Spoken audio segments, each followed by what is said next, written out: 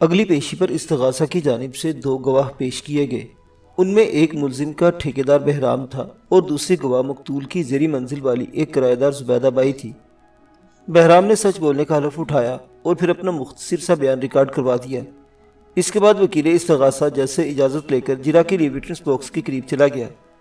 وکیل استغاثہ لگ بھگ 15 منٹ تک گھما پھرا کر گواہ سے مختلف سوالات کرتا رہا اور وہ وکیل استغاثہ کے حسب منشا جواب بھی دیتا رہا۔ اس ساری جرا بحث میں کام کی ایسی کوئی بات موجود نہیں تھی جسے آپ تک پہنچانے کے لیے کتاب کے قیمتی صفحات کا استعمال کیا جائے۔ وکیل استغاثہ کا سارا زور یہ ثابت کرنے کے لیے تھا کہ ملزم بہت ہی چالاک شخص تھا۔ وہ مقتول کی بیٹی سے ملنے کے لیے مختلف قسم کے بہانے تراشتا رہتا تھا۔ وہ بہرام سے اس نے کئی مرتبہ درخواست کی تھی کہ وہ اس کی ڈیوٹی اسی علاقے میں لگائے۔ وہ میٹر ریڈری کے لیے کہیں اور جانا نہیں چاہتا تھا، وغیرہ وغیرہ۔ اپنی باری پر میں جرا کے لیے بہرام والے کٹہرے کے قریب آ گیا۔ میں نے چند لمحے ٹٹولتی ہوئی نظر سے اس کے چہرے کا جائزہ لیتا رہا، پھر استغاثہ کی آنکھوں میں جھانکتے ہوئے صرف ایک سوال کیا، بہرام صاحب، کیا آپ ملزم سے کسی قسم کی کوئی دشمنی رکھتے ہیں؟ نہیں، اس نے قطعیت سے جواب دیا۔ میں نے جرا موقوف کر دی۔ تھوڑی دیر کے بعد بہرام کو عدالت کے کمرے سے باہر بھیج دیا گیا۔ اب اس کی جگہ وٹنس باکس میں زبیدہ بائی کھڑی نظر آ رہی تھی۔ زبیدہ بائی نے اپنا حلفیہ بیان ریکارڈ کروایا تو وکیل استغاثہ جرا کے اس کے پاس چلا گیا۔ میں یہ دیکھ کر حیران ہوا کہ وکیل استغاثہ نے اس گواہ پر کوئی خاص جرا نہیں کی تھی، حالانکہ زبیدہ بائی ایک حوالے سے اس کیس میں آئی وٹنس یعنی چشمدید گواہ کی حیثیت رکھتی تھی۔ وہ اس بات کی دعوے دار تھی کہ اس نے وقوع کے روز ملزم کو مقتول کے گھر سے بڑی افراتفری کے عالم میں فرار ہوتے دیکھا تھا۔ بہرحال وکیل استغاثہ نے زبیدہ بائی کو فارغ کر دیا تو میں جج کی اجازت حاصل کرنے کے بعد گواہوں والے کٹہرے کے قریب آ گیا۔ میں زبیدہ بائی کو رسمی سوالات تک محدود نہیں رکھ سکتا تھا۔ میں نے چند لمحات تک خاموش نظر سے اس کی شخصیت سراپا اور چہرے کے خد و خال کا جائزہ لیا، پھر کھنگار کر گلا صاف کرتے ہوئے سوال کیا، زبیدہ بائی، آپ کو مقتول کے کرایہ دار کی حیثیت سے اس پورشن میں رہتے ہوئے کم و بیش کتنا عرصہ ہوا ہے؟ اس نے جواب دیا، آنے والی گرمیوں میں پورے 4 سال ہو جائیں گے۔ اس دوران آپ کو مقتول یا اس کی فیملی سے کسی قسم کی کوئی بڑی شکایت پیدا نہیں ہوئی؟ مقتول سے ہمیں صرف ایک ہی شکایت اس نے بتایا، جس کا کوئی حل سمجھ میں نہیں آتا تھا۔ کیا آپ کی مذکورہ شکایت کا زیر سماعت کیس سے کوئی تعلق نکلتا ہے؟ میرا خیال ہے نہیں، اس نے نفی میں گردن ہلاتے ہوئے جواب دیا، لیکن میں پھر بھی بتا دیتی ہوں۔ وہ لمحے بھر کو متوقف ہوئی، پھر اضافہ کرتے ہوئے بولی، وہ دراصل بات یہ کہ اس گھر میں کل 3 فیملیز آباد تھی، یعنی بالائی منزل پر مقتول اور زیری منزل کے 2 پورشنز میں سے ہم لوگ اور قدیر بٹ کی فیملی، لیکن بجلی اور گیس کا استعمال مشترکہ تھا۔ پورے گھر میں بجلی اور گیس کی سپلائی کے لیے صرف 1 ہی میٹر نصب تھا۔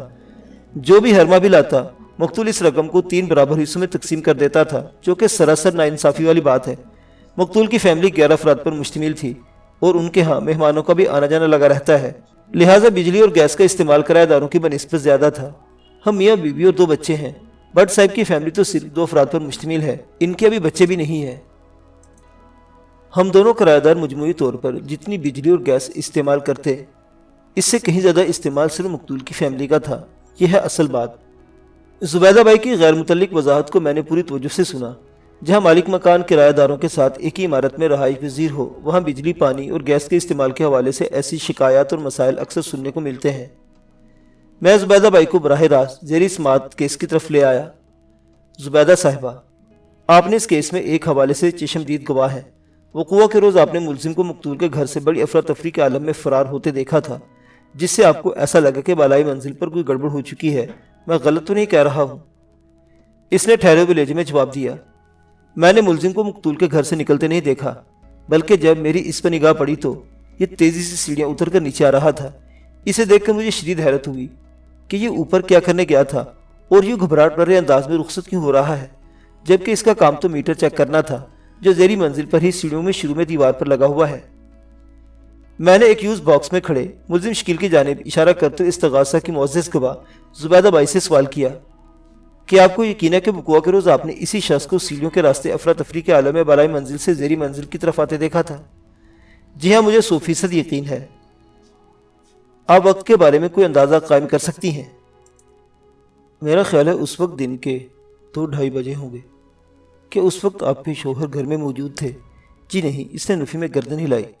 فاروق کی فرنیچر وغیرہ کی دکان ہے، اسے وہ 10-11 بجے گھر سے نکلتے ہیں اور پھر رات کو 8 بجے کے بعد ہی واپس لوٹتے ہیں۔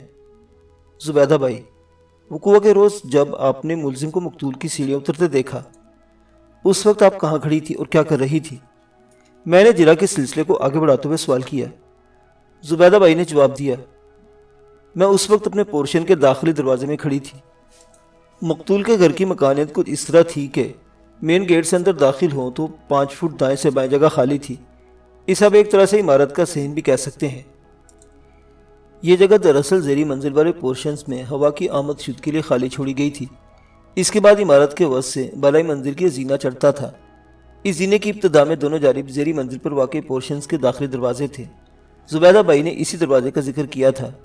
بلڈنگ کا مین گیٹ تو بند رہتا تھا، لیکن اس گیٹ کے اندر بنا ایک پٹکا چھوٹا سا دروازہ ہمیشہ کھلا رہتا تھا تاکہ تمام لوگ اپنی مرضی سے اندر باہر آ جا سکیں اور کسی کو کسی کے لیے گیٹ نہ کھولنا پڑے۔ میں نے پوچھا، آپ نے یہ نہیں بتایا کہ آپ نے اپنے دروازے میں کھڑی کیا کر رہی تھی؟ میں دراصل کچرے والی ٹوکری کو باہر رکھنے آئی تھی، زبیدہ نے جواب دیا۔ سویپر عموماً دوپہر کے بعد کچرا اٹھانے آتا ہے اور میں دوپہر کے کھانے کے بعد سونے کی عادی ہوں۔ اگر کچرے والی ٹوکری باہر نہ رکھی جائے تو وہ خام خواہ دروازہ پر جا کر نیند خراب کر دیتا ہے۔ وہ لمحے پر کو سانس لینے کے لیے متوقف ہوئی، پھر اضافہ کرتے ہوئے بولی، سویپر دوپہر کے بعد تو آتا ہے، لیکن اس کا کوئی وقت مقرر نہیں۔ 2 بجے سے لے کر شام 6 بجے تک کسی بھی وقت آ سکتا ہے۔ وہ دراصل میونسپل کارپوریشن کا ملازم ہے۔ صبح وہ سرکاری ڈیوٹی پر جاتا ہے، یہی وجہ کہ گھروں میں کام کرنے کے لیے اس کا کوئی وقت مقرر نہیں، اور وہ اکثر بیشتر گول بھی ہو جاتا ہے، جیسا کہ وقوع کے روز اس نے چھٹی کر لی۔ زبیدہ بائی خاصی باتونی عورت تھی۔ ایسے لوگ ٹو دی پوائنٹ بات نہیں کر پاتے اور ادھر ادھر کی زیادہ سناتے ہیں، اور یہی ان کی فضول گوئی بعض اوقات بہت مفید ثابت ہوتی ہے۔ وہ غیر متعلقہ باتوں میں غیر محسوس طور پر کوئی کام بھی بات بھی بول جاتے ہیں۔ زبیدہ بائی بھی ایسی ہی عورت تھی۔ میں نے اس کی آنکھوں میں دیکھتے ہوئے سوال کیا، وقوع کے روز آپ نے ملزم کو مقتول کی سیڑھیوں سے افراتفری کے عالم میں فرار ہوتے دیکھا تھا، کیا یہ اوپر بھی آپ کے سامنے ہی گیا تھا؟ جی نہیں، میں نے اسے اوپر جاتے نہیں دیکھا تھا، البتہ وہ الجھن زدہ انداز میں جملہ دھورا چھوڑ کر یکایک خاموش ہو گئی۔ البتہ کیا زبیدہ بائی؟ میں نے اضطراری لہجے میں استفسار کیا۔ وہ تامل کرتے ہوئے بولی، میں نے ملزم سے تھوڑی دیر پہلے چمکی کو اوپر جاتے دیکھا تھا۔ چمکی؟ میں نے بآواز بلند دہرایا، یعنی مقتول کی پڑوسن روبینہ عرف چمکی، جس کا شوہر سعودی عرب گیا ہوا ہے۔ جی ہاں، میں اسی عورت کی بات کر رہی ہوں۔ زبیدہ بائی، کیا بتا سکتے ہیں کہ چمکی کو آپ نے کتنے بجے مقتول کے گھر کی طرف جاتے دیکھا تھا؟ میرا خیال ہے وہ کوئی 1-1:30 بجے کا کوئی وقت تھا۔ چمکی مقتول کے گھر کیا لینے گئی تھی؟ میں نے اس کی آنکھوں میں دیکھتے ہوئے سوال کیا۔ مجھے کیا معلوم وہ ادھر کیوں گئی تھی؟ زبیدہ بائی بیزاری سے بولی، مقتول کی بیوی بسم اللہ بیگم سے آج کل اس کی بڑی گہری دوستی ہے، وہ اسی سے ملنے گئی ہوگی۔ زبیدہ بائی کے لہجے میں موجود طنز کو میں نے واضح طور پر محسوس کر لیا تھا، لہٰذا حقیقت تک رسائی کے لیے میں نے اس سے استفسار کیا۔ آپ کے انداز سے جھلکتا ہے کہ چمکی کا آپ کے گھر آنا جانا نہیں، کہ آپ کی اس سے دوستی نہیں یا کوئی ناراضگی چل رہی ہے؟ جب دوستی نہیں تو پھر ناراضگی کو کوئی سوال ہی پیدا نہیں ہوتا۔ وہ برا سا منہ بناتے ہوئے بولی، مقتول کی پڑوسن کرایہ دار روبینہ عرف چمکی کے بارے میں نے تفصیلی معلومات جمع کر لی تھی۔ یہ تو اچھا ہی ہوا کہ زبیدہ کے منہ سے اس کا ذکر نکل آیا، ورنہ مجھے از خود اس کردار کو زیر سماعت کیس میں داخل کرنا تھا۔ میں نے زبیدہ بائی سے کہا، میں محسوس کر رہا ہوں کہ آپ چمکی کو پسند نہیں کرتی۔ کوئی بھی گھر بار والی عورت اسے پسند نہیں کر سکتی۔ اس بار زبیدہ بائی کے لہجے میں ناپسندیدگی کے ساتھ ہلکی سی نفرت بھی شامل ہو گئی۔ میں نے چپتے ہوئے لہجے میں استفسار کیا، کیوں؟ چمکی میں ایسی کون سی خرابی ہے؟ یہ بڑی خطرناک عورت ہے جناب، اس پاٹ لہجے میں بولی۔ میں نے پوچھا، خطرناک کن معنوں میں؟ وہ متذبذب لہجے میں بولی، موصوفہ اپنے شوہر کے عدم موجودگی کا بڑا ناجائز فائدہ اٹھاتی ہے جناب۔ میرا مطلب ہے اسے دوسری عورتوں کے شوہروں پر ڈورے ڈالنے کا مرض لاحق ہے۔ اللہ ہر شوہر کو ایسی عورتوں سے بچائے، یہ گھر اجاڑنے میں بڑی ماہر ہوتی ہیں۔ اسے لمحے بھر کو خاموش ہو کر ایک جھرجھری لی، پھر اپنی بات مکمل کرتے ہوئے بولی، میں نے اسی کوالٹی کو دیکھتے ہوئے اپنے گھر میں آمد و رفت کا موقع نہیں دیا۔ میں فاروق اور اپنے بچوں کے ساتھ بہت خوش و خرم زندگی گزار رہی ہوں، اور اس پرسکون زندگی میں کسی قسم کا کوئی انتشار برداشت نہیں کر سکتی۔ میں نے حیرت بھرے لہجے میں کہا، یہ تو واقعی آپ نے بڑے پتے کی بات کی ہے۔ کیا مقتول کی بیوی چمکی کی اس کوالٹی سے واقف نہیں تھی؟ استغاثہ نے زبیدہ بائی کو ملزم کے حوالے سے ایک چشمدید گواہ کی حیثیت سے عدالت میں پیش کیا تھا، لیکن میں نے اپنی مہارت استعمال کرتے ہوئے انتہائی غیر محسوس انداز میں اس کا اسٹیئرنگ اپنے مقصد کی جانب گھما لیا تھا۔ اس نے میرے سوال کا جواب دیتے ہوئے کہا، واقف تو ہونا چاہیے۔ بسم اللہ بیگم نے ماشاءاللہ 9 بچے پیدا کیے ہیں۔ وہ ایک طویل عرصے سے مقتول کو اپنے شوہر کے حیثیت سے قبول کیے ہوئے تھی۔ وہ کوئی بدھو قسم کی عورت بھی نہیں، چمکی کے تیروں کو نہ پہچانتی ہو۔ اس کے باوجود بھی اگر وہ چمکی کو اپنے گھر میں آزادانہ آنے جانے دیتی تھی تو یقیناً اس حوالے سے کچھ سوچ رکھا ہوگا۔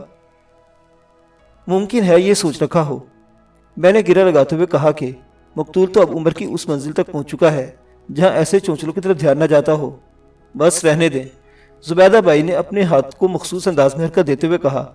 مردوں کی ایک خاص نفسیات ہوتی ہے، جو ان کی عمر کا آفتاب ڈھلنے لگتا ہے ان کی حرص اور ہوس میں اضافہ ہوتا چلا جاتا ہے۔ محدود چند کو چھوڑ کر وہ بولتے بولتے اچانک خاموش ہو گئی۔ جملہ ادھورا چھوڑنے کا انداز بتا رہا تھا کہ اسے احساس ہو گیا ہے کہ وہ کچھ زیادہ ہی بول گئی ہے۔ میں نے اس کے چہرے پر نگاہ جماتے ہوئے پوچھا، کیا آپ نے اس سلسلے میں مقتول کی بیوی کو خبردار کرنے کی کوشش نہیں کی تھی؟ میں اپنے کام سے کام رکھنے والی عورت ہوں جناب، وہ گہری سنجیدگی سے بولی۔ میں دوسروں کے معاملات میں دخل دینا پسند نہیں کرتی۔ مجھے اس بات سے کوئی دلچسپی نہیں ہوتی کہ کس گھر میں کیا ہو رہا ہے، کیوں ہو رہا ہے۔ بڑی اچھی بات ہے آپ کی۔ میں نے استاشی نظر سے استغاثہ کی گواہ کو دیکھا اور پوچھا، وقوع کے روز آپ نے ملزم کو 2-2:30 بجے جائے وقوع سے گھبراہٹ کے عالم میں فرار ہوتے دیکھا تھا، لیکن آپ کو اس کی آمد یا وقت آمد کے بارے میں کچھ معلوم نہیں۔ اسی علاوہ آپ نے اسی روز 1 اور 1:30 بجے کے درمیان مقتول کی پڑوسن روبینہ عرف چمکی کو مقتول کے گھر کی طرف جاتے دیکھا تھا۔ ذرا سوچ کر بتائیں، چمکی کی واپسی کتنے بجے ہوئی تھی؟ مجھے اس بارے میں کچھ معلوم نہیں۔ یعنی آپ نے چمکی کو مقتول کے گھر سے واپس جاتے نہیں دیکھا تھا؟ جی ہاں، آپ بالکل درست کہہ رہے ہیں، زبیدہ بائی نے جواب دیا۔ میں نے پوچھا، کیا چمکی کو یہ بات معلوم ہو گئی تھی کہ اس روز مقتول کے تمام بچے اپنے ماموں کے ساتھ حیدرآباد گئے ہوئے تھے اور مقتول کی بیگم بھی اپنی بہن سے ملنے نیو کراچی چلی گئی تھی؟ میں چمکی کی معلومات سے واقفیت نہیں رکھتی کہ آپ خود یہ حقیقت جانتی تھیں۔ مجھے صرف اتنا پتا تھا مقتول کے بچے اپنے ماموں کے ہمراہ گئے ہیں۔ زبیدہ نے ٹھہرے ہوئے لہجے میں جواب دیا۔ کہاں گئے ہیں یہ مجھے معلوم نہیں تھا، اور نہ ہی مجھے اس بات کی کوئی خبر تھی کہ مقتول کی بیگم نیو کراچی گئی ہوئی ہے۔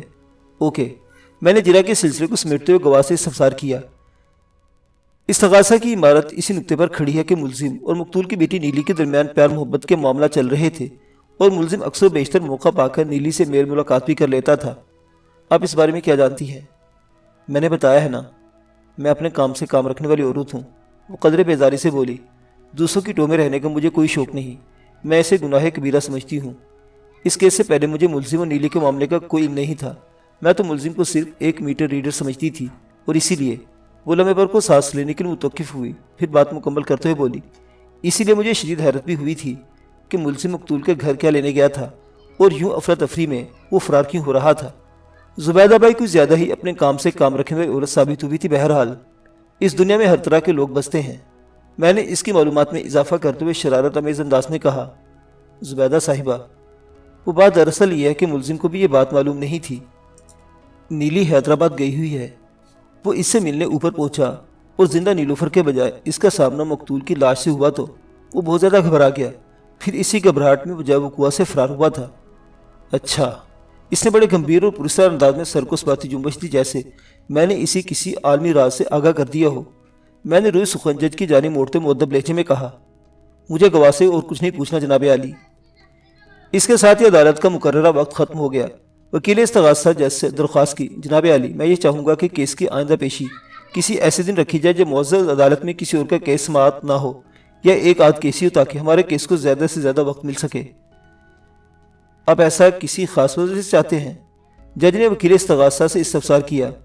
جناب عالی، آنے والی پیشی پر میں استغاثہ کے سب سے اہم گواہ اور مقتول واحد علی کی بیوہ بسم اللہ بیگم کو شہادت کے لیے پیش کرنا چاہتا ہوں۔ مذکورہ گواہ پر میری جرح طوالت بھی کھینچ سکتی ہے۔ اس روز میں ملزم کو مجرم ثابت کر کے دکھاؤں گا۔ جج نے میری طرف دیکھا اور پوچھا، مسٹر بیگ، آپ کو اس بات پر کوئی اعتراض تو نہیں؟ Not at all your honour, میں نے ٹھوس لہجے میں کہا۔ وکیل استغاثہ اپنی خواہش کا اظہار کر کے در حقیقت میرے خیالات کی ترجمانی کی ہے۔ میں بھی یہی چاہتا ہوں۔ بسم اللہ بیگم پر جرح خاصی سیر حاصل ہونی چاہیے۔ استغاثہ کی اس اہم گواہ کو اس حوالے سے انفرادیت حاصل ہے کہ سب سے پہلے مقتول کی لاش کو اسی نے دیکھا تھا۔ جب وہ نیو کراچی سے واپس لوٹی تو اس کے شوہر کو قتل کیا جا چکا تھا، اور میں نے لمحاتی توقع کے بعد اضافہ کرتے ہوئے کہا، اور آئندہ پیشی پر میں بھی ایک چھوٹا سا آئٹم پیش کرنا چاہتا ہوں۔ آئٹم؟ جج نے الجھن زدہ نظر سے مجھے دیکھا۔ میں نے اس بات میں گردن ہلاتے ہوئے کہا، یس یور آنر، میرے فاضل دوست کا دعویٰ ہے کہ وہ آئندہ پیشی پر میرے موکل کو مجرم ثابت کر کے دکھائیں گے۔ میرا آئٹم اسی سلسلے کا توڑ ہے۔ میں اپنے موکل کو بے گناہ سمجھتا ہوں۔ مسٹر بیگ، کیا آپ یقیناً اپنے توڑ سے ملزم کو بے قصور ثابت کر کے دکھائیں گے؟ جی ہاں۔ میں نے سر کو تعظیمی جنبش دی اور نہایت ہی ٹھہرے ہوئے لہجے میں کہا، نہ صرف یہ کہ میں اپنے موکل کو بے گناہ ثابت کر دوں گا، بلکہ مجھے یقین ہے میں مقتول واحد علی کے اصل قاتل کو بھی بے نقاب کر کے دکھا دوں گا۔ اس کا مطلب ہے آپ اصل قاتل تک رسائی حاصل کر چکے ہیں؟ ایبسلیوٹلی یور آنر، میں نے پورے اعتماد لہجے میں کہا، لیکن میں آئندہ پیشی سے پہلے اس سلسلے میں اپنی زبان نہیں کھولوں گا۔ اٹس اوکے مسٹر بے، جج نے بردبار لہجے میں کہا۔ میں نے وکیل استغاثہ کی جانب دیکھا۔ اس کے چہرے اور آنکھوں میں الجھنوں اور اندیشوں کا ایک جال سا پھیل گیا تھا، اور کچھ ایسی ہی کیفیت آئیو کریم بخش کی بھی تھی۔ وہ بھی مجھے خدشات اور تفکرات میں گھرا ہوا نظر آیا۔ میں نے اصل قاتل کو بے نقاب کرنے کے حوالے سے جو خاص آئٹم پیش کرنے کی بات کی تھی، اس نے مخالف دھڑے کو واقعتاً پریشانی میں ڈال دیا تھا، جو میرے لیے طمانینت کا باعث تھا۔ میں دوبارہ جج کی جانب متوجہ ہو گیا۔ یور آنر، میں نے نہایت ہی فرما برداری سے کہا، معزز عدالت سے میری چھوٹی سی درخواست ہے کہ آئندہ پیشی پر مقتول کی بیوہ بسم اللہ بیگم کے علاوہ اس کی پڑوسن روبینہ عرف چمکی کو بھی عدالت میں پیش کیا جائے۔ چمکی کو کیوں؟ وکیل استغاثہ نے فوراً اعتراض جڑ دیا۔ اس کا زیر سماعت کیس سے کیا تعلق ہے؟ تعلق ہے، لیکن آپ نے یہ تعلق نبھانے کی ضرورت محسوس نہیں کی میرے فاضل دوست، میں نے قدرے جارحانہ انداز میں کہا۔ استغاثہ کی ایک اہم گواہ زبیدہ بائی نے وقوع کے روز اسی چمکی کو جائے وقوع یعنی مقتول کے گھر کی طرف جاتے دیکھا تھا۔ اینی ہاؤ، میں نے جملہ دورہ چھوڑا، ایک گہری سانس لی اور پھر کہا، چمکی کے اس کیس سے تعلق پر بعد میں بھی روشنی ڈالی جا سکتی ہے، فی الحال تو میں اسے اپنے آئٹم میں ایک کردار کی حیثیت سے شامل کرنا چاہتا ہوں، چمکی کو بھی اور زبیدہ بائی کو بھی۔ اس لیے اگر آئندہ پیشی پر یہ دونوں کردار عدالت کے کمرے میں موجود ہوں تو میرے آئٹم کا لطف دوبالا ہو جائے گا۔ That's all your honour. جج نے میری فرمائش پوری کرنے کے احکام جاری کر کے عدالت برخاست کر دی۔